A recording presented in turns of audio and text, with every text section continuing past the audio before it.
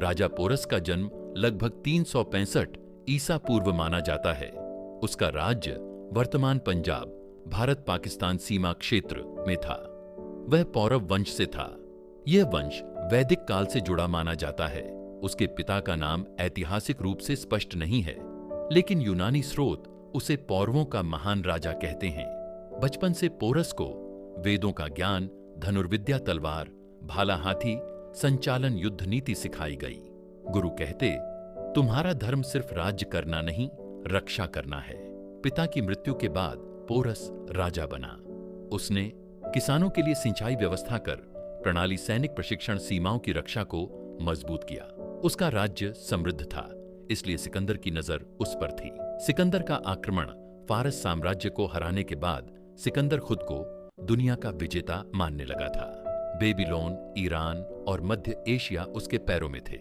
अब उसके सैनिक थक चुके थे, पर सिकंदर की भूख और बढ़ गई। यूनानी इतिहासकार लिखते हैं, सिकंदर का सपना था पृथ्वी के अंतिम छोर तक पहुंचना। भारत उसे सोने की भूमि लगता था। हाथी, मसाले, समृद्ध नगर, विशाल नदियां। भारत पहुंचने के लिए उसे हिंदुकुश पर्वत पार करने पड़ा। कई सैनिक ठंड से मर गए, भूख और बीमारी फैल गई। फिर भी वह रुका नहीं। भारत में पहला बड़ा राज्य था तक्षशिला। इसके राजा आम्भे, टेक्साइल्स ने सिकंदर का स्वागत किया। उसे सोना, सैनिक, हाथी दिए। इससे सिकंदर को लगा भारत भी बाकी देशों जैसा है, सब झुक जाएंगे। सिकंदर ने पोरस को दूत भेजा। संदेश साफ था, मेरे सामने झुको या युद्ध के लिए तैयार रहो। पोरस ने उत्तर भेजा, मैं तुमसे सीमा पर मिलूंगा, तलवार के साथ। यह सुनकर सिकंदर चौंक गया। पोरस जानता था सीधी टक्कर खतरनाक है। उसने अपनी सेना झेलम नदी के किनारे खड़ी कर दी। तेज बहाव, चौड़ी नदी।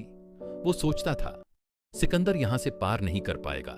सिकंदर ने रोज नकली हमले किए, शोर मचाया, ढोल बजवाए, फिर अचानक रुक जाता। पोरस को लगा यह रोज का नाटक है। और उसी रात जब बारिश हुई, अंधेरा था, सिकंदर चुपचाप नदी पार कर गया। सुबह जब खबर पहुंची, पोरस ने कहा, अब भागना नहीं, अब इतिहास बनेगा। और यहीं से युद्ध शुरू हुआ। सूरज बादलों के पीछे छिपा था। मिट्टी गीली थी, हवा में बारूद और पसीने की गंध। सामने झेलम नदी के किनारे दो विशाल सेनाएं आमने सामने। एक तरफ सिकंदर की फुर्तीली यूनानी सेना, दूसरी तरफ राजा पोरस और उसके युद्ध हाथी। हाथियों की आंखों में आग थी, घोड़ों के पैर कांप रहे थे। पोरस ने अपनी सेना को 3 भागों में बांटा। बीच में पैदल सैनिक और हाथी दाएं, घुड़सवार बाएं, धनुर्धारी। खुद पोरस एक विशाल हाथी पर, भाले के साथ। सिकंदर ने घुड़सवारों को फैलाया। तेज हमला, चारों ओर से घेरने की कोशिश। उसने हाथियों को घोड़ों से डराने की योजना बनाई। जब हाथी आगे बढ़े, धरती हिल गई। यूनानी सैनिक कुचले गए, घोड़े भाग खड़े हुए। इतिहासकार लिखते हैं, हमने मृत्यु को चलते देखा। भाला उसके कंधे में धंसा, खून बहने लगा। फिर भी वह लड़ा, हाथी पर खड़ा रहा। सिकंदर ने पीछे से हमला किया। धीरे धीरे पोरस की सेना घिर गई, पर उसने हार नहीं मानी। अंततः उसका हाथी घायल हुआ। पोरस नीचे गिरा। युद्ध थमा। मैदान खामोश था। हाथियों की सांसें भारी थीं। धरती पर खून और टूटी तलवारें। सिकंदर ने चारों ओर देखा। यह जीत आसान नहीं थी। उसकी सेना थकी थी, आंखों में डर था। पोरस को पकड़कर लाया गया। उसका शरीर खून से लथपथ था, पर उसकी आंखों में हार नहीं थी।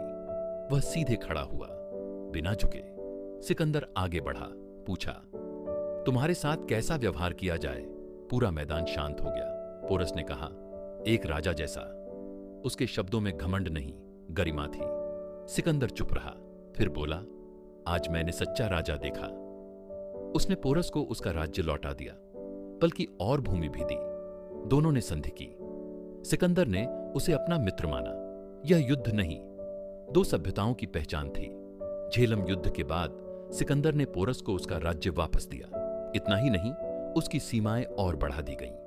अब पोरस सिर्फ राजा नहीं, बल्कि उत्तर पश्चिम भारत का सबसे शक्तिशाली शासक बन गया।